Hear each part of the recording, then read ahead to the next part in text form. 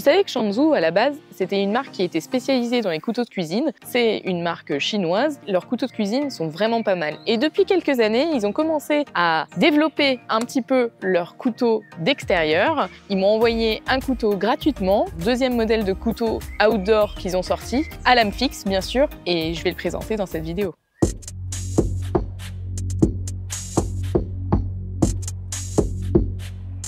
Le modèle, c'est le modèle Vesta. Il est sorti en janvier 2024, donc il est tout jeune. Il y a déjà eu quelques vidéos de fête, notamment aux États-Unis, pour parler de ce petit couteau, qui a l'air vraiment pas mal. Mais je le découvre en même temps que toi. Lorsque tu l'achètes, normalement, il est fourni avec son étui et une petite pierre à feu. L'étui, il est hyper sympa et il a l'air vachement pratique. Le manche, il est en G10 et l'étui, il est en Kydex. Mais c'est fait avec des thermoplastiques pour l'intérieur des avions à la base. Donc c'est hyper résistant. Ici, tu as une petite moulure pour pouvoir retirer plus facilement ton couteau. Et ça, c'est vachement bien pensé. Il a une rétention, mais qui est quand même assez incroyable.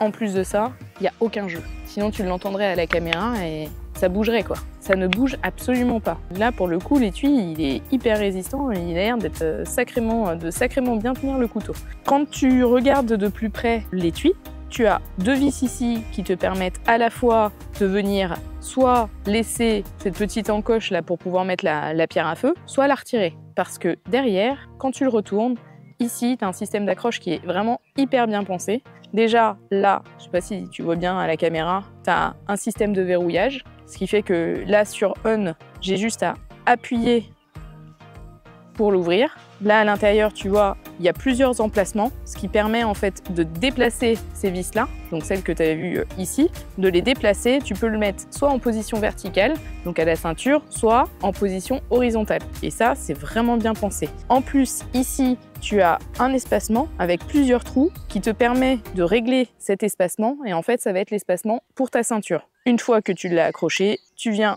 le fermer, ça se clipse très bien et après, tu viens verrouiller. Et là, tu peux plus l'ouvrir. Donc ça, c'est vraiment bien pensé.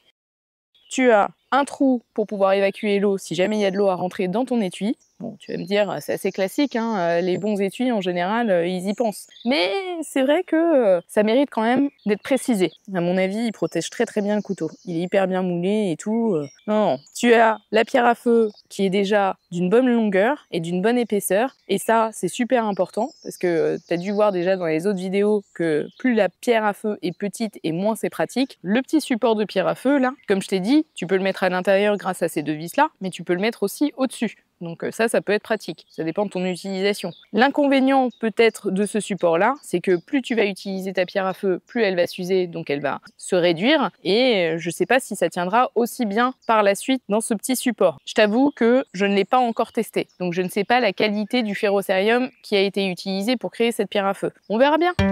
Après avoir parlé de l'étui bien pensé, on va parler du couteau. La lame, c'est une pleine soie. Et ce qui est intéressant, c'est que quand tu regardes le schéma et que tu le démontes entièrement, eh ben, la soie, elle fait vraiment toute la largeur du manche. Il n'y a pas de trou à l'intérieur, il n'y a pas de squelette. C'est vraiment une pièce de métal qui fait tout le manche, qui va jusqu'au bout, bien évidemment. Ça permet de renforcer sa solidité. Donc ça, c'est vraiment pas mal. Tu as des vis Torx si tu veux resserrer un petit peu ton manche. Ici, ils ont mis le logo sur cette vis-là. Le manche, j'ai dit, qui était en G10. Il a une bonne accroche, il y a un petit peu de relief dessus. Franchement, ça fait que ça glisse pas du tout après avoir à l'utilisation. Alors ce que je trouve un petit peu dommage quand même au niveau du manche, que ce soit en G10 bien texturé et tout ça, ça c'est bien. Mais par contre, ça ne se fait malheureusement que de moins en moins maintenant. Là, le G10, il est positionné juste sur la lame directement. Alors que avant, on mettait des plaques anti-vibration. Ce qui fait que du coup, ça réduisait vachement les vibrations quand tu commençais à bâtonner ou à utiliser ton couteau. Même si il est ergonomique, etc.,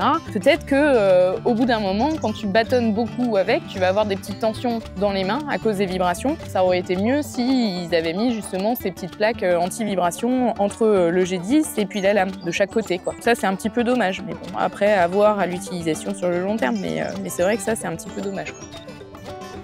Au niveau du manche, tu as un emplacement ici avec le long qui te permet de prendre le couteau comme ça, donc glisser ton index dans cette petite encoche et mettre tes 3 doigts en dessous. Si tu veux utiliser ton couteau notamment pour faire des piquets, tu peux juste glisser tes 3 premiers doigts en dessous parce que ici, c'est suffisamment long pour pouvoir les glisser et avoir une très bonne prise. Tu peux travailler après comme ça, quoi. Donc c'est assez ergonomique quand même, hein, c'est vrai. Tu as un endroit pour pouvoir mettre ton pouce, ici. Et ici, tu as une petite encoche aussi pour éventuellement glisser ton index pour avoir plus de précision. Et peut-être travailler aussi un petit peu à la volée. L'inconvénient peut-être juste, c'est que pour moi qui ai des petites mains, c'est impeccable. Mais par contre, pour ceux qui ont des très très grandes mains, ça peut être un petit peu plus délicat et vous serez peut-être un petit peu moins à l'aise. C'est vrai que pour moi, c'est pas mal. Au niveau de l'équilibrage, plutôt bien équilibré, hein.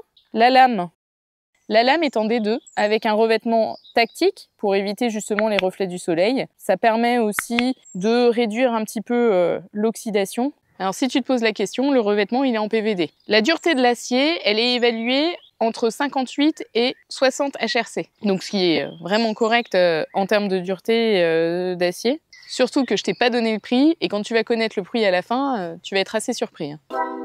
Au niveau de la taille, ah non, j'ai pas parlé, oui, tu vas me dire, oh là là, t'as oublié les moutures et les commandes, Bon, les moutures, c'est une émouture en V, hein, qui se finit en pointe, qui te permet, donc une pointe quand même assez piquante, ce qui te permet justement de venir travailler le bois un petit peu plus en précision aussi avec la pointe. Il est bien affûté, hein. C'est vrai qu'il est très très bien affûté. Donc maintenant, la taille. Au niveau de la taille, on est sur une longueur totale de 23,5 cm, ce qui est pas mal pour un petit couteau à lame fixe d'outdoor. Au niveau de la lame, on est sur une longueur de 11,5 cm. Tu peux pas faire du gros diamètre avec. Enfin, tu peux, mais ça va être plus compliqué. Prends pas de place comme ça au moins. L'épaisseur de la lame fait 4 mm.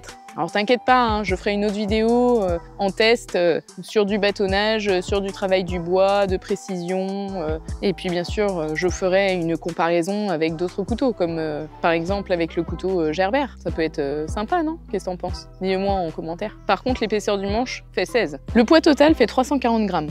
L'étui fait 140 grammes et le couteau uniquement fait 200 grammes, ce qui est correct. Ça apporte un couteau qui est relativement lourd et qui te permet de normalement faire du bon bâtonnage déjà. Le truc peut-être que je trouverais un peu dommage, au-delà de toutes les caractéristiques techniques qui sont quand même très intéressantes, c'est que ici, pour pouvoir passer la dragonne, si ils avaient fait un tout petit peu plus pointu, on aurait pu l'utiliser en tant que brise-vitre. Là, c'est pas assez pointu, donc ça ne fonctionnera pas en tant que brise-vitre. Ça, c'est un petit peu dommage. Ensuite, le revêtement est bien. Par contre, j'ai un petit peu peur que, à force d'utiliser le couteau, tu vois des petites rayures qui apparaissent en fait sur le revêtement. Mais ça, ce sera à voir au niveau du test. Mais en tout cas, de ce que j'ai vu, c'est que effectivement, même si tu tapes beaucoup avec sur n'importe quel type de matériau, enfin n'importe quel type, tout est relatif. L'affûtage reste le même, la lame est résistante, le tranchant du couteau reste très résistant. En revanche, effectivement, le revêtement va prendre un petit peu. Mais bon, ça à la limite, c'est pas très grave quoi. J'ai assez hâte de le tester ce petit couteau. Bien sûr, tu le verras en vidéo, hein. Il est vraiment pas mal pour un petit couteau à lame fixe. Bon, c'est sûr que je dis un petit couteau à lame fixe, même s'il a déjà une sacrée taille, parce que comparé à mon Fox Parang, c'est vrai qu'il fait rikiki. Celui-ci, en l'occurrence, il sera bien sympa. Ça m'évitera de prendre tout le temps mon très gros couteau. Au moins, je pourrais prendre celui-ci de temps en temps, et puis quand j'ai pas besoin de faire des très gros feux, ça fera largement l'affaire, quoi. Ça changera de mon couteau de cuisine que j'ai acheté à Action pour faire mon bivouac à 15 €. Hein. Mais bon, on n'est pas sur la même qualité non plus. Et pourtant, en Shanzhou, à la base, c'est bien des couteaux de cuisine qu'ils font. Hein. On arrive au terme de cette vidéo de présentation du couteau Vesta de chez Shanzhou que je viens de recevoir. S'il t'intéresse, avant même que j'ai fait le test en vidéo, eh bien tu peux le retrouver dans la description de ma vidéo et tu auras en plus un lien avec un code promo de 8%, sachant que le prix de ce petit couteau quand même, il est à 62 €, ce qui est quand même vraiment bien parce qu'il est pas trop cher, il est en dessous de la barre des 100 €. Je pense que, bon après à voir en test, mais je pense qu'il est pas mal. Je ferai le comparatif après. En attendant, si tu as plus de questions, n'hésite pas à me les mettre en commentaire.